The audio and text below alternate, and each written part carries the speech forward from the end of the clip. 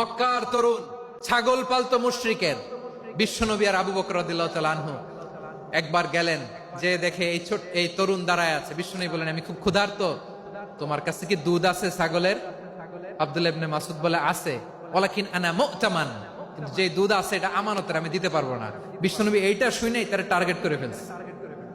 আনা মুতামান, দুধ আছে কিন্তু এটা আমার মালিকের, আমি তো দরদ দেখায় আমার মালিকের দুধ আপনি পথিক, আপনারে দিতে পারি না।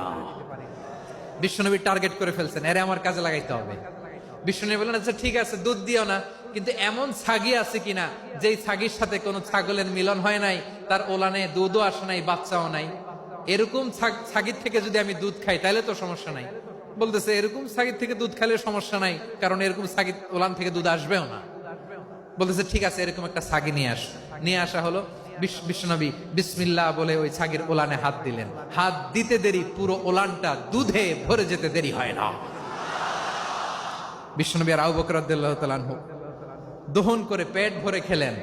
এই দৃশ্য আব্দুল্লাহ ইবনে মাসউদের হৃদয়ে দাগ কাটলো। এই মুআজিজা দেখে তিনি বললেন, আশহাদু আল্লা ইলাহা ইল্লাল্লাহ ওয়া আশহাদু আন্না মুহাম্মাদুর রাসূলুল্লাহ।